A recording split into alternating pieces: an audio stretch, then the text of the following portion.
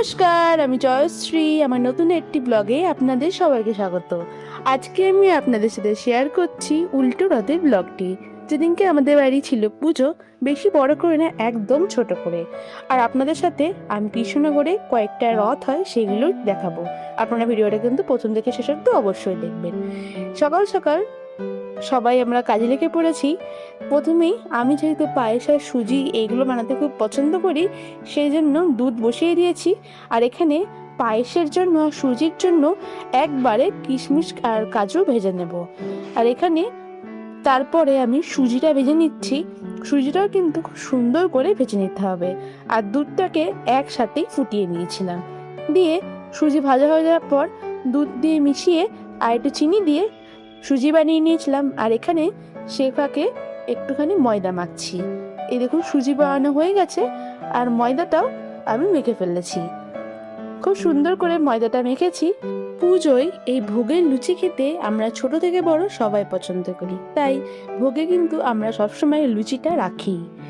আর এখানে দেখুন পায়েসটাও আমি একদম রেডি করে ফেলেছি। রেসিপিটা আর দেখাইনি, কারণ কি রেসিপিটা দেখালে ভিডিওটা অনেক বড় হয়ে যেত, সেই জন্য। এখানে আমার এক এক করে ভোগ দেওয়ার জন্য সব জিনিসপত্র গুছিয়ে নিচ্ছে। আর আগের দিন আনা হয়েছিল এখানে ভগবানের জন্য খাজা গজা আর জিলিপি। আর সুজি আর পায়েস আমার বানানো হয়ে গেছে। এবার লুচিগুলোকে ভালো মতো করে ভেজে নেব। লুচিগুলো মা বেলছিল আর আমি এখানে ভাজছিলাম। আমার আবার লুচি বেলতে অতটা ভাল লাগে না, কিন্তু কচুরি বেলতে আমার খুব ভাল লাগে। এই লুচি ভাজতেই ভাল লাগে। দেখছেন কি সুন্দর ফুলেছে। আর এই ভোগের লুচি ভাজার সময় বিশ্বাস করবেন না আপনাদের এটা হয় কি না, বাট আমার খুব হয়। এত খেতে ইচ্ছা করে এই গরম লুচিগুলো, আর যেন লোভ সামলাতে পারি না, কিন্তু ভগবানকে দেওয়ার পরেই খেতে হয়, তাই আর খাই না। তারপরে এখানে মা ভাজাভাজি করছে। ভগবানকে কয়েক রকমের ভাজা দেওয়া হবে ভোগে, বেশি কিছু একদমই করা হয়নি, একদম ছোটখাটোর মধ্যে। এখানে আমাদের সব ভোগ রান্না করা হয়ে গেছে, বেশি কিছু ভোগ দেওয়া হয়নি, খুবই অল্প কিছু। আর আজকে মাই পুজো করছেন পুরোটা। রথযাত্রার দিন ভগবান জগন্নাথ দেব, বলরাম দেব ও সুভদ্রা দেবী শ্রী মন্দির থেকে গুন্ডিচা মন্দিরে যান। কয়েকদিন সেখানে থাকার পর উল্টো রথের দিন তারা আবার নিজ মন্দিরে ফিরে আসেন। এই ফেরার যাত্রাকেই বলা হয় উল্টো রথ। ভক্তদের বিশ্বাস এই দিনে ভগবানকে দর্শন করলে জীবনে সুখ, শান্তি ও আশীর্বাদ লাভ হয়। তাই হাজার হাজার ভক্ত রথের দড়ি টানেন এবং ভক্তি ভরে প্রার্থনা করেন। দেখতে দেখতে পুজো প্রায় শেষের দিকে। মা পুজোই করছেন পুরোটা, আর আমি কাকিমা মিলে পাশে বসেছিলাম। আমি ভিডিও করছিলাম যাতে আপনাদের সাথে শেয়ার করতে পারি। পুজো আমাদের প্রায় শেষের দিকে। এরপর আপনাদের নিয়ে যাব কৃষ্ণনগরের কয়েকটা রথ দেখাতে। আপনারা কিন্তু অবশ্যই দেখবেন। বেশি রথ হয় না, যে কটা হয় সে কটাই দেখাতে যাবো। সন্ধ্যাবেলা আমরা বেরিয়ে পড়েছি। আপনাদেরকে একটা রথের মেলা হয় সেখানে নিয়ে যাব। দেখলেন একটা ছোট্ট রথ গেল পাশ দিয়ে। এই হচ্ছে সেই মেলাটা। এটি শক্তিনগরে অবস্থিত। এই জায়গাটা আমি আপনাদের আগেও নিয়ে এসেছি, যারা আমার ব্লগ দেখেন তারা বুঝতে পারবেন।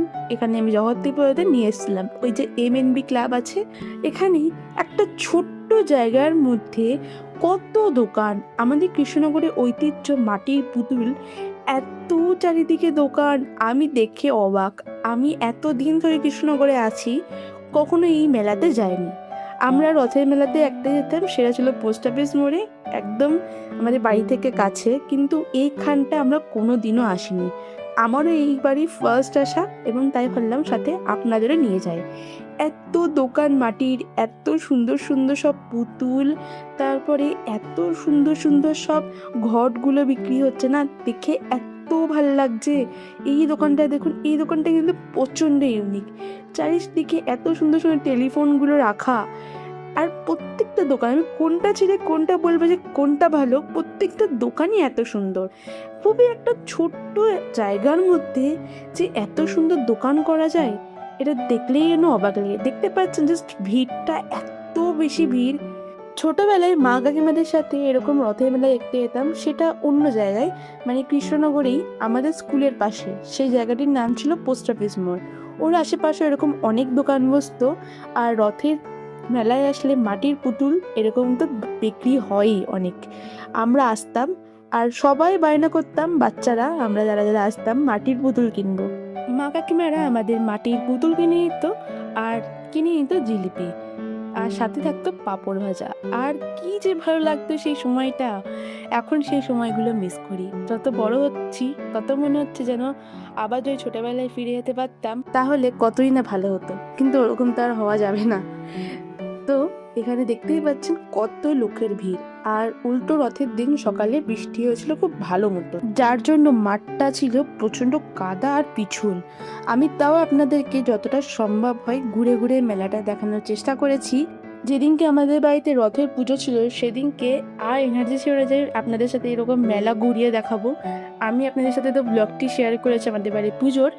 আজকে যেহেতু একটু হলেও এনার্জি ছিল আর সময় ছিল হাতে, তাই আমি আমার বন্ধু মিলে বেরিয়ে গেছি আপনাদেরকে একটুখানি মেলা ঘোরানোর জন্য আর কৃষ্ণনগরে কীরকম কী রথ হয় সেটা দেখানোর জন্য। চারিদিকে দেখতেই পাচ্ছেন সারি সারি দোকান আর দোকান, আর ঠিক তেমনই ভিড়। আর ওই যে রথটা, ওইখানে অত দূর আর যেতে পারিনি, কারণ কি ওই দিকটা একদম মাঠের মাঝখানে, তো প্রচণ্ড জল আর কাদা ছিল, তাই আর যাইনি, এত পিছল ছিল। তাই আপনাদের দূর থেকে দেখালাম। এরপরে আরও রথ দেখাবো, আপনারা কিন্তু অবশ্যই ভিডিওটা দেখবেন পুরোটা। দেখছেন কত চারিদিকে লোকজনের ভিড়, আর ঠিক তেমনই দোকানপাট বসেছে। খুব ভাল লাগছে এরকম আপনাদের সাথে এই ভিডিওগুলো শেয়ার করতে। এই ভিডিওগুলো শেয়ার করলে এক একটা মেমোরিজ যেন থেকে যায়। রাস্তায় দেখুন আরও একটা রথ দেখলাম, খুব কিন্তু সুন্দর। এরপরে আরেকটা রথ দেখাবো, এটাও আমাদের কৃষ্ণনগর আরেকটি বড় রথ, যেটিকে আমরা বলি রথতলার রথ। এটি হচ্ছে কৃষ্ণনগর রথতলা। এখানকার রথটাও কিন্তু খুব সুন্দর, দেখুন তো কি সুন্দর সাজিয়েছে, আর এত সুন্দর লাগছে চারিদিকটা যে যেন মন ভরে যায়। এটি হচ্ছে পোস্ট অফিসের রথটি, যেটার কথা আমি বলছিলাম একটু আগে। এই রথটা এতক্ষণ ছিল পোস্ট অফিস মোড়ে, ওটিকে এখন ঘোরানো হচ্ছে। আমরা আসতে একটু দেরি হয়ে গেছিলো, কিন্তু তাও রথে যে দেখা পেয়েছি এটাই অনেক। এখানে অনেক বাচ্চারা এরকম রথ নিয়ে আসে, যারা রথ নিয়ে বেরোয় যেসব বাচ্চাগুলো দিয়ে ওরা এখানে রাখে। কি সুন্দর দেখতে লাগে বলুন তো। ছোটবেলায় মা কাকিমাদের সাথে আমরা এই জায়গাতেই আসতাম। এখানেও খুব সুন্দর মেলা বসে। চারিদিকে ভিড়টা দেখছেন কত ভিড়, একটু আগে তো আরো ভিড় ছিল, যেহেতু রথটা ছিল একদম সেন্টারে, সেই জন্য। তাও এখন ভিড়টা অনেক কম, যার জন্য আপনাদের খুব সুন্দর করে দেখাতে পারছি। এই যে চারিপাশে যে দোকানগুলো বসে, ছোটবেলায় এই দোকানগুলো থেকেই বায়না করতাম। এই রথটা একদম আমাদের বাড়ির পাশে বউবাজারের রথ, এটাও কিন্তু খুবই সুন্দর লাগছে। তো আজকের ভিডিওটা এইটুকুনি। আপনারা বলবেন কেমন লাগলো আজকে ভিডিওটা। ভালো লাগলে অবশ্যই লাইক, কমেন্ট, সাবস্ক্রাইব আর শেয়ার করতে ভুলবেন না। ফেসবুক পেজ থেকে দেখলে পেজটি ফলো করে নাও, অনুরোধ রইল।